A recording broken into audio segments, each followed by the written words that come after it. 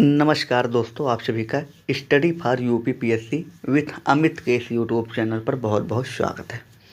दोस्तों, हमने पिछले वीडियो में मुग़ल काल पढ़ना शुरू किया है, जिसमें हमने दिल्ली सल्तनत से स्टार्ट किया है। हमने उसमें देखा था कि दिल्ली सल्तनत पर शासनकाल जो हुआ था वो कुल 320 वर्षों तक हुआ था, और उसमें हमने सबसे पहले गुलाम वंश स्टार्ट किया था। और गुलाम वंश में हमने कुछ शासकों के बारे में अध्ययन किया था, जिसमें कुतुबुद्दीन ऐबक जो कि उसका संस्थापक था, उसके अलावा आराम शाह, फिर इल्तुतमिश जिसको हम गुलाम वंश का वास्तविक संस्थापक मानते हैं, और उसके बाद रुकनुद्दीन करके थे, उनका हमने उसमें विस्तार पूर्वक से अध्ययन किया।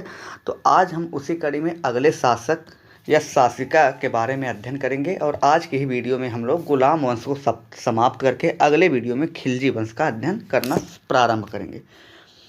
तो सबसे पहले आज हम लोग देखेंगे रजिया सुल्ताना। रजिया सुल्ताना जिसका शासनकाल 1236 से 1240 यानी लगभग 4 वर्ष हम लोग कह सकते हैं, लेकिन इसका शासनकाल जो एक्चुअल था वो लगभग 3 वर्ष 6 महीने 6 दिन था।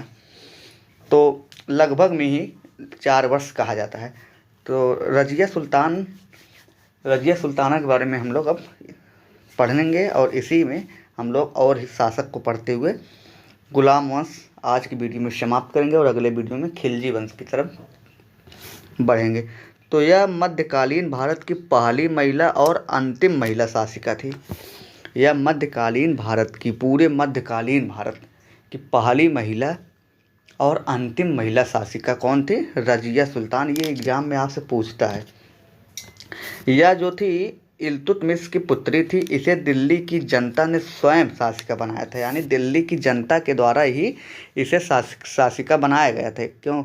इसलिए कहा जाता है कि मतलब दिल्ली की जो जनता थी इसके प्रति बहुत ही उत्तरदायी होती थी, क्योंकि यह दिल्ली की जनता की बातों पर अपना विश्वास करती थी। दिल्ली की जनता की बातों पर अपना विश्वास करती थी, इसलिए दिल्ली की जनता ने इसे स्वयं जो है शासिका बनाया था। इसने न्याय वस्त्र के रूप में प्रसिद्ध लाल वस्त्र को पहनकर जनता को शासिका बनाने के लिए आग्रह किया था। यानी यह जो थी ये न्याय वस्त्र के रूप में प्रसिद्ध एक लाल कलर का वस्त्र होता था, उसी पहनकर जनता के सामने गई और उसे आग्रह किया कि मुझे आप लोग शासिका बनाएं। तो इसलिए जनता ने इसे शासिका बनाया। रजिया ने एर्तगीन को अमीर ए हाजिब नामक दरबारी शिष्टाचार पद दिया था। तो रजिया ने एर्तगीन को कौन सा पद दिया था? अमीर ए हाजिब। इसके अलावा रजिया ने जमालुद्दीन याकूत को अमीर ए आखुर का पद दिया। यह अस्तबल यानी घोड़े के रहने का प्रधान होता था। रजिया ने कबीर खां अयाज को लाहौर का इक़्तिदार बनाया था। लाहौर का इक़्तिदार किसे बनाया था रजिया ने? तो कबीर खां अयाज को। रजिया ने अल्तुनिया को भटिंडा का प्रांतपति बनाया था। रजिया कुलाह यानी पगड़ी और कुवा यानी कुर्ता को धारण करके सिंहासन पर बैठने लगी। इससे दिल्ली के अमीरों में रजिया के खिलाफ प्रतिषेध की भावना व्याप्त होने लगी। उपर्युक्त वर्णित चारों अमीरों ने रजिया के खिलाफ षड्यंत्र करना चालू किया, और शुरुआत कबीर खां अयाज ने लाहौर से की। शुरुआत कौन किया?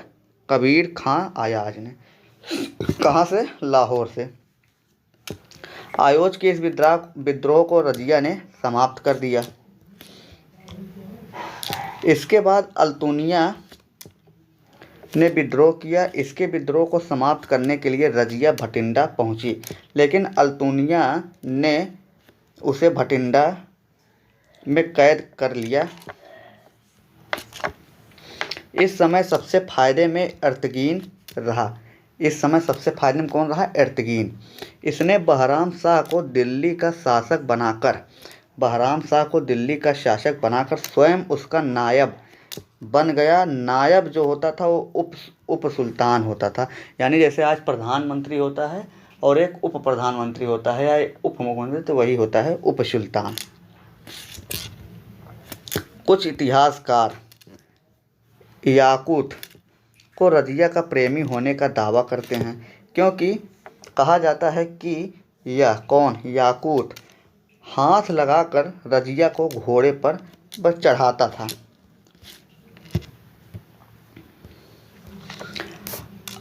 अल्तुनिया ने रजिया से आपसी मतभेद को भुलाकर उससे विवाह कर लिया और साथ मिलकर एर्तुगीन को सबक सिखाने के लिए भटिंडा से दिल्ली की तरफ आगे बढ़े। लेकिन हरियाणा के कैथल के जंगलों में इनका कुछ लोगों ने वध कर दिया। तो अल्तुनिया जो था वो रजिया से जो उनके बीच मतभेद हुए थे उनको भुलाकर उससे विवाह कर लिया, और विवाह करने के बाद ये लोग एर्तुगीन को सबक सिखाने के लिए भटिंडा पंजाब से दिल्ली की तरफ आगे बढ़े। लेकिन रास्ते में ही हरियाणा पड़ता है। हरियाणा में कैथल नामक एक जंगल था, जहाँ पर वहाँ के कुछ निवासी ने इनका वध कर दिया। इस तरह रजिया जो थी वो 3 वर्ष 6 माह 6 दिन शासन किया था। इसके बाद अगला शासक आता है बहराम शाह। इसे दिल्ली के अमीरों ने सुल्तान बनाया था। यह दिल्ली का पहला सशर्त सुल्तान था, अर्थात यह शर्तानुसार सुल्तान बना था, यानी ये किसी भी शर्त के दायरे में आकर सुल्तान बना था, अमीरों के शर्त पर। इसने नायब के पद का गठन किया था और यह पद सर्वप्रथम एर्तुगीन को दिया था। एर्तुगीन एक महत्वाकांक्षी व्यक्ति था। इसने सुल्तान के विशेषाधिकारों का प्रयोग करना शुरू कर दिया। यह अपने दरबार के सामने शाही नौबत बजाना और हाथी बांधना शुरू कर दिया, जिससे सुल्तान बहराम को लगा कि उसके पद की गरिमा जो है वो समाप्त हो रही है। फलतः सुल्तान ने एर्तुगीन का वध करवा दिया, जिससे दिल्ली के अमीरों में नाराजगी उत्पन्न हुई और दिल्ली के अमीर इसे पद से हटाकर मसूद शाह को दिल्ली का नया सुल्तान मसूद शाह को बना दिया। अब आता है मसूद शाह।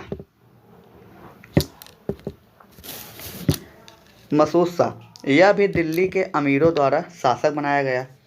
इसके समय में भी नायब का पद दिल्ली के अमीरों को प्राप्त रहा। यह भी शर्तानुसार सुल्तान बना था। तो इसके बारे में बस इतना ही हमें साक्ष्य मिलता है मसूद शाह के बारे में। अब इसके अलावा अगला शासक जो है उसका नाम है नासिरुद्दीन महमूद। इसके समय में गुलाम वंश की सत्ता और साम्राज्य जो थी दोनों कमज़ोर होने शुरू हो गई। महमूद जो था एक आदर्श और नैतिक सुल्तान था। यह आर्थिक रूप से काफ़ी कमज़ोर था। माना जाता है कि गुलाम वंश में जो सबसे आर्थिक रूप से सबसे कमज़ोर सुल्तान था वो था नासिरुद्दीन महमूद।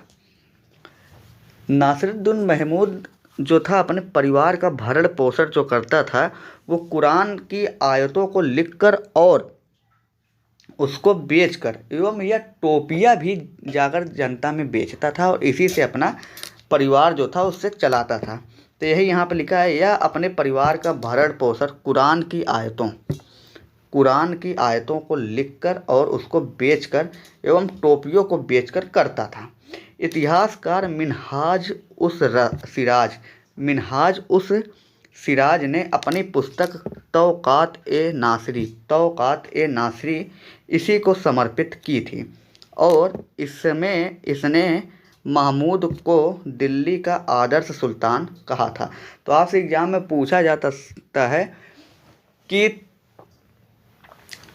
वह कौन सा पुस्तक था जिसमें इतिहासकार मिनहाज उस सिराज ने गुलाम वंश के शासक महमूद को दिल्ली का एक आदर्श सुल्तान कहा। तो वो पुस्तक था तौक़ात ए नासरी। अब इसके अलावा अगला पॉइंट हमारा है, महमूद के समय में ही गयासुद्दीन बलबन का उत्कर्ष या उद्भव हुआ था। बलबन ने अपनी पुत्री का विवाह इसी के साथ किया था। अपनी पुत्री का विवाह किससे किया था? गयासुद्दीन बलबन ने इसके साथ किया था। किसके साथ? महमूद के साथ। इसी के समय में ही बलबन ने राज्य के कई प्रशासनिक पदों को प्राप्त कर लिया था। अब हम लोग गयासुद्दीन बलबन के बारे में संपूर्ण अध्ययन करेंगे, जो कि गुलाम वंश का एक निरंकुश शासक माना जाता है। इसका वास्तविक नाम बहाउद्दीन था।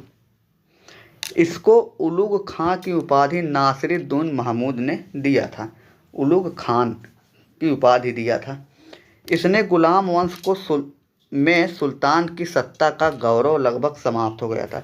इस समय जब यह बना था शासक गुलाम वंश का, तो इस समय सुल्तान जो बना था, तो इस समय गुलाम वंश में सुल्तानों की सत्ता लगभग समाप्त हो चुका था। लेकिन जब इसने सुल्तान का पद संभाला, तब इसने सर्वप्रथम सुल्तान के पद का गौरव और महत्व स्थापित करने का काम किया।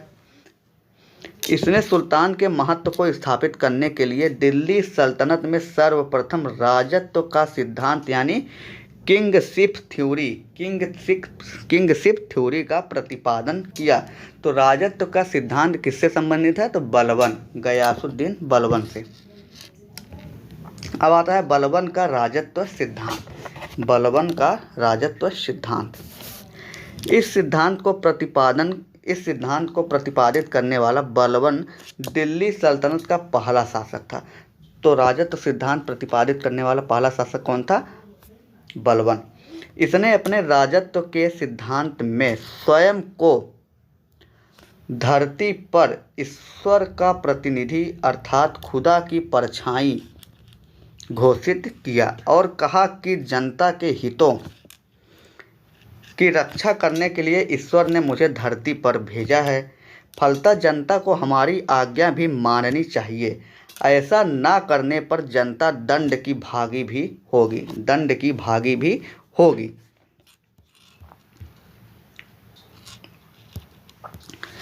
इस सिद्धांत को स्थापित करने के लिए बलबन ने कई उपाय भी किए थे, जो निम्नलिखित हैं। पहला उपाय था, बलबन ने राजत्व को स्थापित करने के लिए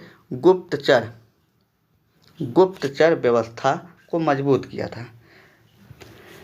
भ्रष्टाचार को दूर करने के लिए इसने ख्वाजा नामक अधिकारी की नियुक्ति की थी।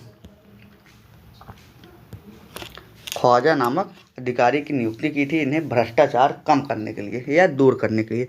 बलबन ने सैन्य व्यवस्था को मजबूत करने के लिए दिल्ली सल्तनत में सर्वप्रथम दीवान ए अर्ज सैन्य व्यवस्था के लिए दिल्ली सल्तनत में सर्वप्रथम दीवान ए अर्ज नामक केंद्रीय सैन्य विभाग का गठन किया। दीवान ए अर्ज नामक केंद्रीय सैन्य विभाग का गठन सर्वप्रथम बलबन ने सैन्य व्यवस्था को मजबूत करने के लिए दिल्ली सल्तनत में किया था।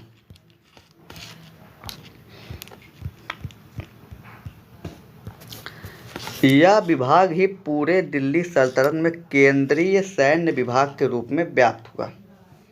इसी के तहत बलबन ने स्वयं को फारस के सियाओ का वंशज घोषित किया।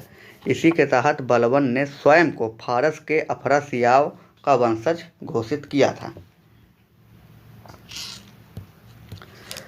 बलबन ने अपने राजत्व सिद्धांत को स्थापित करने के लिए ही लौ एवं रक्त की नीति यानी ब्लड एंड आयरन पॉलिसी का विकास किया। लौ एवं रक्त की नीति या जिसे इंग्लिश में ब्लड एंड आयरन पॉलिसी का विकास किया था। इसके तहत बलबन ने स्वयं को लोहे जैसा मजबूत और अपनी सिराओं में सूर विजेताओं के ब्लड के बहने का दावा किया। बलबन ने इसी समय सिजदा व्यवस्था भी शुरू किया। इसके तहत राज्य के अधीनस्थ लोगों को बलबन के सामने उपस्थित होकर प्रणाम करना होता था।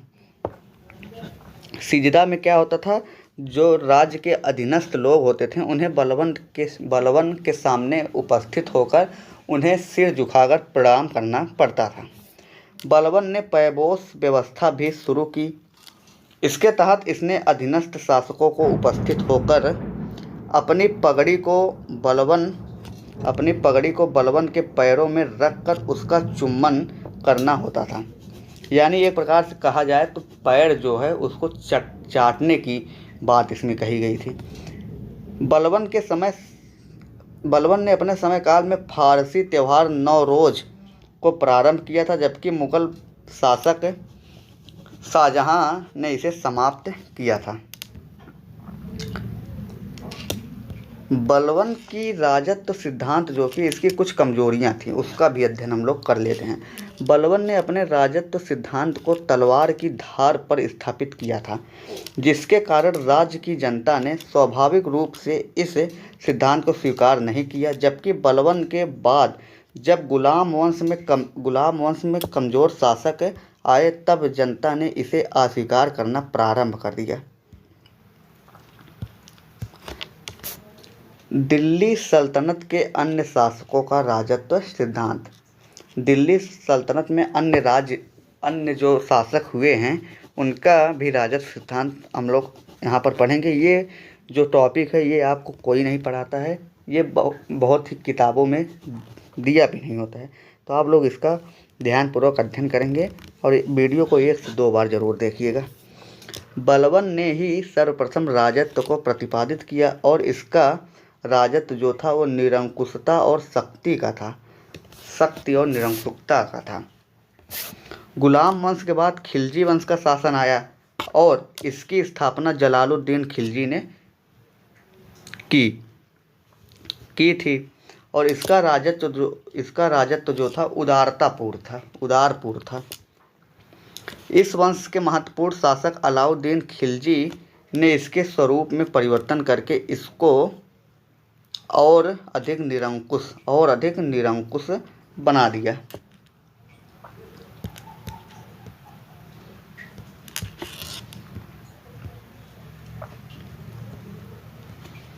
अलाउद्दीन खिलजी ने कहा कि सत्ता का निर्णय जो है वो तलवार की धार ही करती है। सत्ता का निर्णय कौन करती है? तलवार की धार ही करती है। उसने इससे आगे बढ़ते हुए कहा कि हमारा कार्य जनता को समर्पित होगा, अर्थात जो जनता के लिए उपयोगी होगा वही किया जाएगा। ये किसने कहा? अलाउद्दीन खिलजी ने।